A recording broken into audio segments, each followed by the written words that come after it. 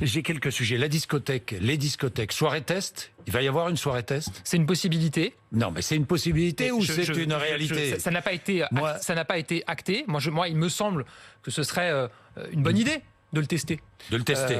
En tout cas, ce qui est acté, c'est que à la mi-fin juin, oui. Les mi-fin juin, mi-juin ou fin juin? Entre mi-juin et fin juin, voilà. Ouais. Dans la deuxième partie Entre du le mois, 15 et le 30. dans la deuxième partie du mois de juin, Oui. les patrons de discothèques en sauront davantage sur leur réouverture. Moi, je vais vous dire, je les comprends. Ça fait plus d'1 an qu'ils sont fermés. C'est le seul lieu, je crois, qui n'a jamais rouvert depuis le début de la pandémie. Et donc, c'est extrêmement difficile pour eux. Il y a aussi beaucoup de Français qui ont envie de pouvoir retourner en boîte, comme on dit.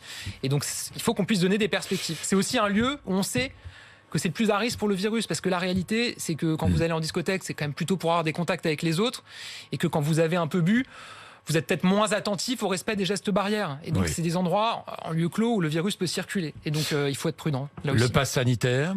Pass sanitaire, 1000 personnes, c'est cela? Manifestation de plus de 1000 personnes? C'est ça, les salons, les grands concerts, les grandes foires. Pass sanitaire, attestation de vaccination, attestation de non-maladie, test négatif, attestation de guérison. C'est ça, le pass sanitaire. Pass sanitaire uniquement pour ces rassemblements de plus de 1000 personnes. Oui, c'est le choix qu'on a fait. Uniquement. C'est typiquement de ne pas vous demander un pass sanitaire pour aller boire un café en terrasse en bas de chez vous.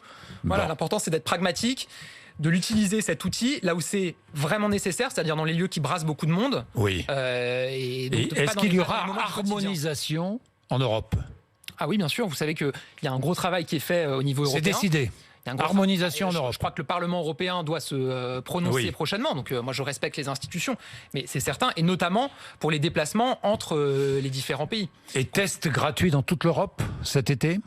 Alors ça, pour le coup, j'ai pas d'informations sur ce sujet. Il y a des réunions importantes hier soir. En France, les tests sont gratuits. Et c'est important de le dire. La France est un des seuls pays à avoir cette politique de tests gratuits. Quand je dis gratuit, c'est la sécurité sociale qui paye, donc quelque part c'est les Français. Mais en tout cas, on vous demande pas de frais quand vous allez vous faire tester. Et ça, c'est extrêmement important en France, en tout cas qu'on le maintienne tant que l'épidémie se poursuit.